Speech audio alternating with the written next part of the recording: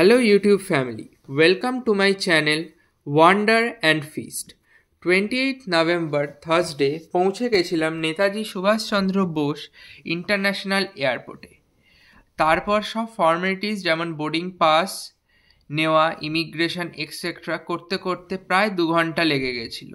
দেন চলে গেছিলাম ওয়েটিং এরিয়াতে। এখানে লাউঞ্জ, ডিউটি ফ্রি শপ সবই ছিল। আর বলতে তো ভুলেই গেছি যে আমি কোথায় যাচ্ছি। আমি যাচ্ছি থাইল্যান্ডে অ্যাপ্রক্স 10 দিনের জন্য ভ্যাকেশনে।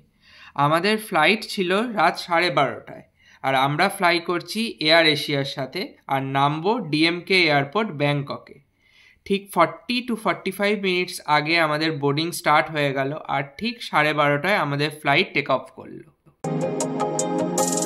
এয়ার এশিয়ার ব্যাপারে কটা ইম্পর্ট্যান্ট কথা জানিয়ে দিই। এদের ফ্লাইট প্রাইস খুব চিপ মনে হলেও এদের অ্যাড-অনস অ্যাড করতে করতে অন্যদের মতনই প্রাইস চলে আসে, যেমন seat booking charge, check in baggage charge.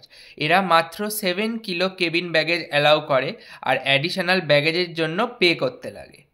Flight থেকে এই সুন্দর দৃশ্য দেখব বলেই আমি এক্সট্রা প্রাইস পে করে উইন্ডো সিটটা নিয়েছিলাম, আর দেখে জাস্ট মুগ্ধ হয়ে গেলাম।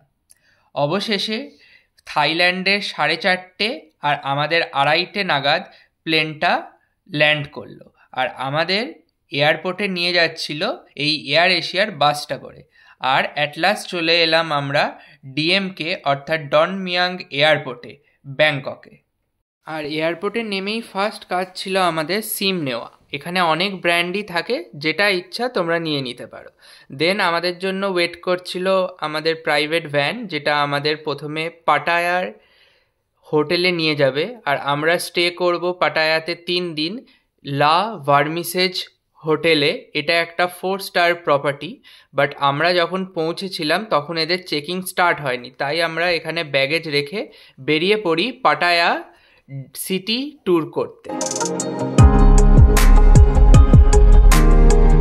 ফার্স্টেই চলে গেছিলাম পাটায়ার বিগ বুদ্ধা টেম্পেলে। অপূর্ব সুন্দর আর্কিটেকচার, আর পাটায়াতে নেমেই এই ভাইব্রেন্ট কালার্সগুলো প্রচণ্ড অ্যাট্রাক্ট করছিল।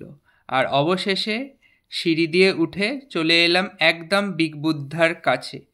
আর এই বিগ বুদ্ধা টেম্পেলের পেছন দিকটায় একটা পাটায়া ভিউ পয়েন্টও আছে, সেটাও কিছুক্ষণ পর তোমরা দেখতে পাবে।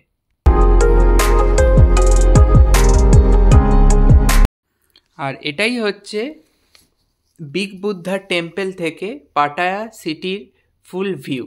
খুবই সুন্দর, আর মন্দিরটাও খুবই পরিষ্কার আর খুবই সুন্দর। এটা পাটায়ায় গেলে একটা must visit sightseeing spot. Then চলে এলাম পাটায়া ভিউ পয়েন্টের আর একটা স্পটে। এটা মন্দিরটার থেকে কিছুটা দূরে, বাট এখান থেকেও ভিউটা জাস্ট দুর্দান্ত আসছিল। নীল রঙের ওশান আর সঙ্গে স্কাই পুরোটাই প্রায় মিলে যাচ্ছিল।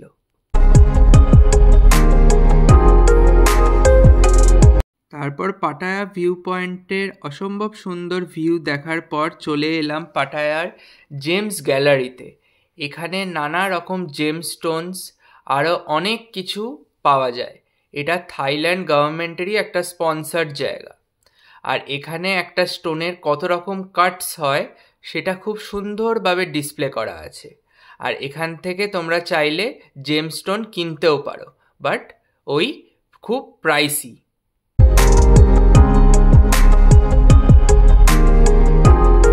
তারপর চলে এলাম এদের সুভেনিয়ার সেকশনে। আর এখান থেকে নিয়েছিলাম আমি সেন্টেড সোপ। এটা থাইল্যান্ডের খুবই একটা ফেমাস জিনিস। তারপর আমাদের ড্রাইভার বলছিল কোথায় লাঞ্চ করবেন, বলছিল ইন্ডিয়ান রেস্টুরেন্টে যাব কি না, বাট আমরা একটা অথেন্টিক থাই রেস্টুরেন্টই চুজ করি।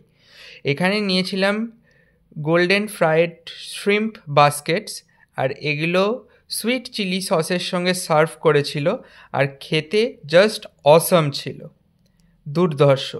আর এটার মোটামুটি প্রাইস নিয়েছিল উইদিন 100 ভাট, তার মানে ইন্ডিয়ান রুপিসে 250 টাকার মধ্যে। আর এটা ছিল গ্লাস নুডলস উইথ চিকেন, আর এটার স্যুপটা প্লাস নুডলসটা জাস্ট হেভেনলি খেতে ছিল, বেশ কমফোর্টিং, আর একটা must try item Thailand visit করলে। আর এটারও প্রাইস ওই 250 মতনই ছিল INR-এ। আর লাস্টে আমরা নিয়েছিলাম আর একটা ফ্রাই আইটেম যেটা ছিল স্প্রিং রোল, এটারও শ্রিম্পেরই ছিল। আর এই গাড়িতে করেই আমরা আজকের পাটায়া সিটি ট্যুর করেছিলাম। এবার চলে আসি আমাদের লা ভার্মিসেজের হোটেল রুমে। ডাবল বেড ছিল, এসি ছিল, রুমটা প্রচণ্ড পরিষ্কার ছিল, আর একটা কাবার্ডও দিয়েছিল, তার মধ্যে হ্যাঙ্গার্সও ছিল, তার জন্য কোনো অসুবিধার ব্যাপার ছিল না।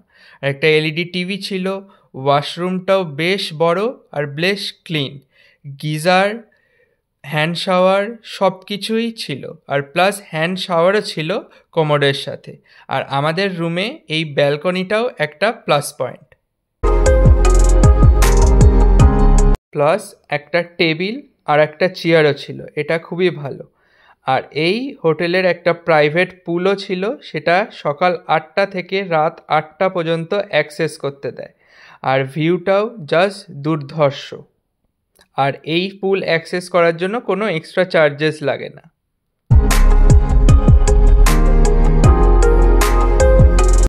ফ্লাইট থেকে নামার পর থেকে একটুও রেস্ট হয়নি, তাই 2-3 ঘন্টা ঘুমিয়ে নিয়ে রাত্রির বেলা চলে গেছিলাম পাটায়া ওয়াকিং স্ট্রিট এক্সপ্লোর করতে। আর এখানে থাইল্যান্ডে উইড অর্থাৎ গাঁজার দোকান প্রচুর পাবে, কারণ থাইল্যান্ডে এটা একদমই লিগাল। তো যারা এটা ট্রাই করতে চাও থাইল্যান্ডে গিয়ে ইজিলি ট্রাই করতে পারো। আর এই পাটায়া ওয়াকিং স্ট্রিটে মেনলি ছিল বার, এমনি স্ট্রিট ফুড অপশন বা সুভেনিয়ার শপ না বললেই চলে। তাই আমরা পাটায়া স্ট্রিটে ওয়াকিং স্ট্রিটটা এন্ড পর্যন্ত ঘুরে দেখে দেন বাইরে খেতে গেছিলাম। ততক্ষণ তোমরা পুরো ওয়াকিং স্ট্রিটটা ভালো করে দেখে নাও।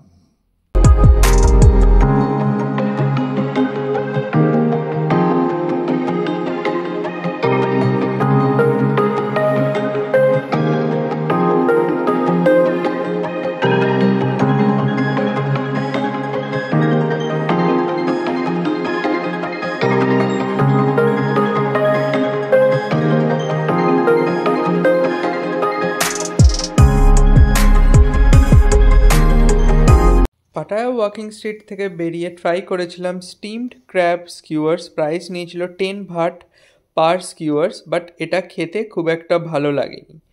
আর খিদে পেয়ে যাওয়ার কারণে আমরা ডিনার করতে গেছিলাম পাটায়া ওয়াকিং স্ট্রিটের বাইরেই একটা অথেন্টিক থাই রেস্টুরেন্টে। আর এদের মেনু কার্ডে মেনুসগুলোর ছবি দেওয়া ছিল, তার জন্য আমাদের চুজ করতে খুবই সুবিধা হয়েছিল।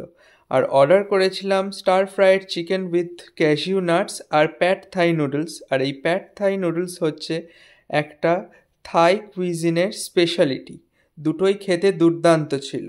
আর আজকের আর কোনো ক্লিপস অ্যাড করা হয়নি, কারণ প্রথম দিনটা প্রচণ্ড হেকটিক গেছিলো। আর নেক্সট দিন থেকে পুরো কমপ্লিট ভিডিও আসবে, ততক্ষণ পর্যন্ত স্টে টিউনড, বাই।